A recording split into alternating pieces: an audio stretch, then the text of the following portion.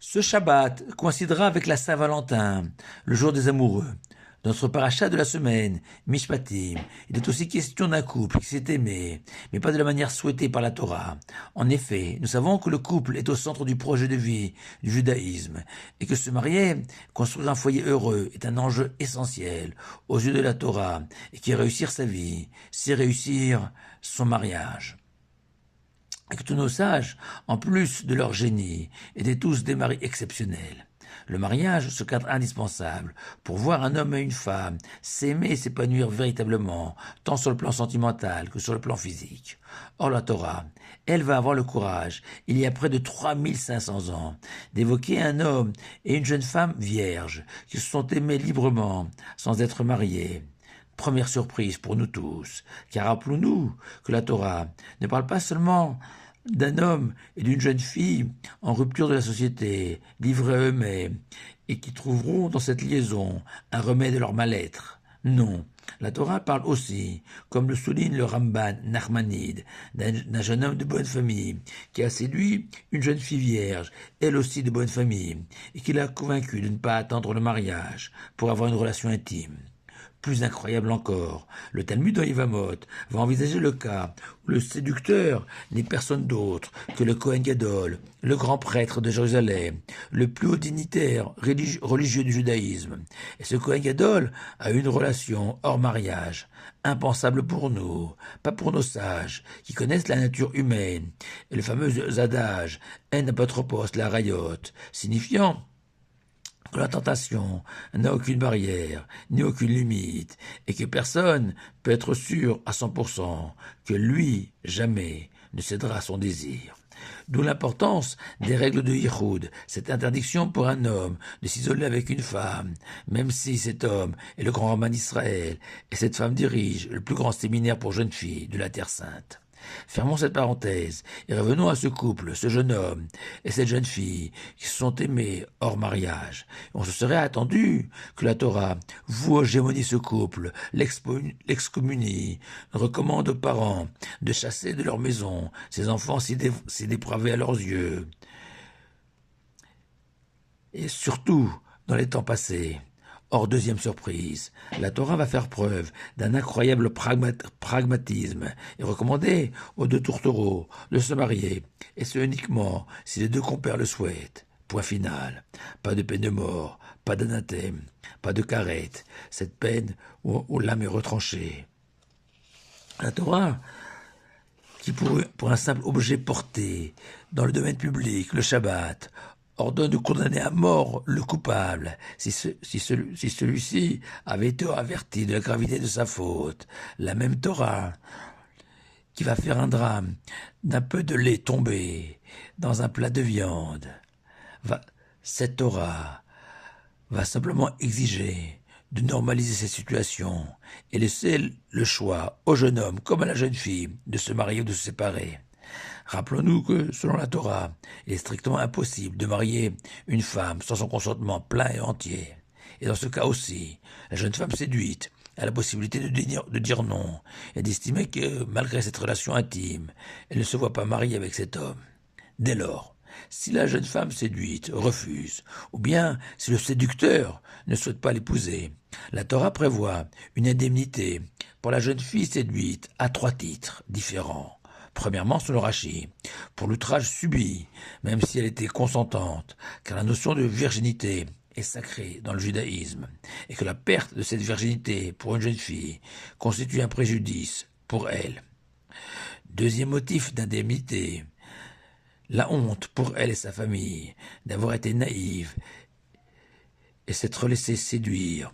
Et enfin, un troisième versement pour le fait même d'avoir abusé de cette jeune fille, car la dernière surprise que je vous réserve est la suivante. Toute cette histoire racontée par la Torah d'un homme qui séduit une jeune fille vierge ne concerne qu'une jeune fille, âgée tout au plus de 12 ans et demi. Mais au-delà de cet âge, la Torah estime que la jeune femme a pris ses responsabilités en toute conscience et que dès lors, il n'est pas nécessaire d'intervenir et de légiférer dans la vie de ce couple. Car le cœur de ce passage du séducteur se situe dans le mot employé par la Torah, yéfaté. Littéralement, il séduira, dont la racine est petit, littéralement un naïf, voire un sot, signifiant que l'homme a profité de certains manques de maturité de l'adolescente, de sa naïveté, pour parler à son cœur, selon Rachid. Le détourner, expression que nous retrouvons au sujet de Shechem, ce prince cananéen qui a parlé au cœur de Dina, la fille de Yaakov, notre patriarche, et l'a séduite, puis a abusé d'elle.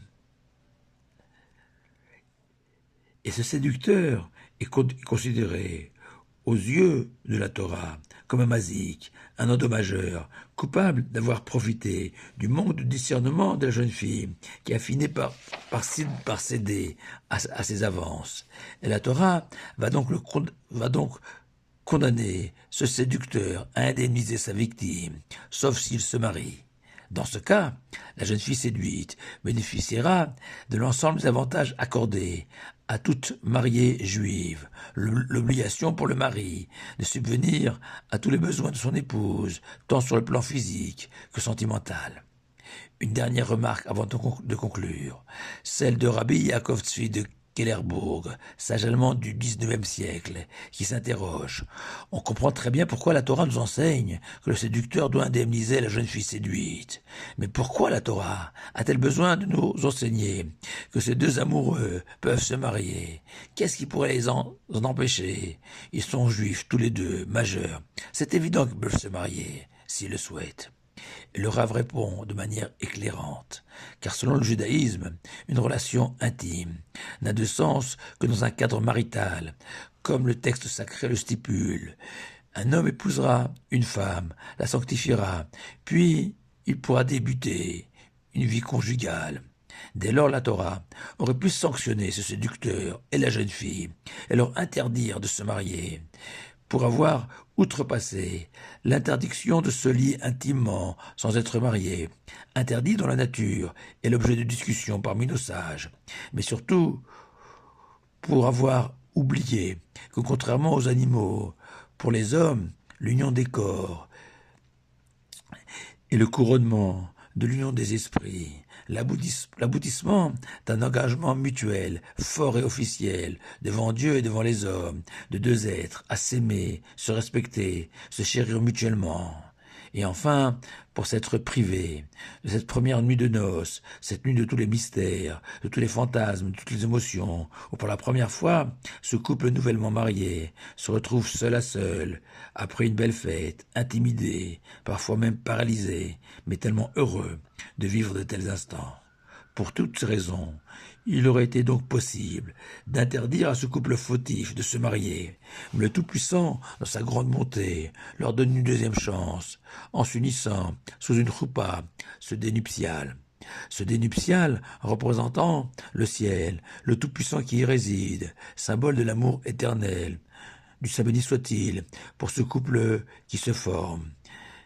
Car en conclusion, certains attendent la Saint-Valentin, un jour dans l'année, pour déclarer à leurs bien-aimés leur flamme et leur amour, alors que, pour le judaïsme, c'est tous les jours que l'on se doit de dire à sa femme combien on est heureux de s'être unis sous cette roupa, et ce, même après des années et des années de vie commune, convaincu qu'il n'y a rien de plus beau au monde que le mariage. Shabbat Shalom, à vous tous.